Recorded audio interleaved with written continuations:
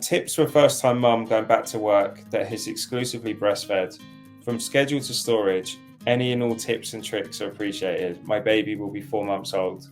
The big thing is going to be we don't want to wait until last minute because you've been nursing. You've already gone through the learning curve of nursing, but now you have to go through the learning curve of pumping, which is a different skill set entirely.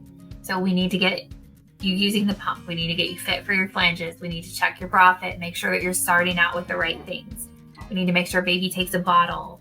We want to do this at least a couple weeks before you go back to work. Otherwise, we end up with a lot of moms that are in tears and really frustrated that we could have avoided. It's just a very unfortunate situation. In terms of pumping, if you were exclusively nursing, when you're away from your baby, you're just going to need to empty the breast using a pump every 2 to 3 hours. So you're going to decide that based on your schedule and what works for you. Sometimes we have moms who need to go a little bit further. They're maybe a 4-hour stretch. That's okay. You can always cluster pumps elsewhere. So maybe you pump every 2 hours and then every 4 for that stretch that you can't. We're just aiming for the average of every 2 to 3 hours for 15 to 30 minutes, depending on your body's needs.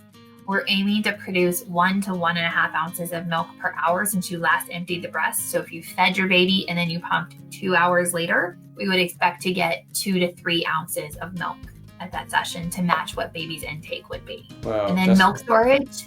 We just want to make sure you're keeping the milk cold. There are milk storage guidelines out there. It's going to be different depending on your baby's health.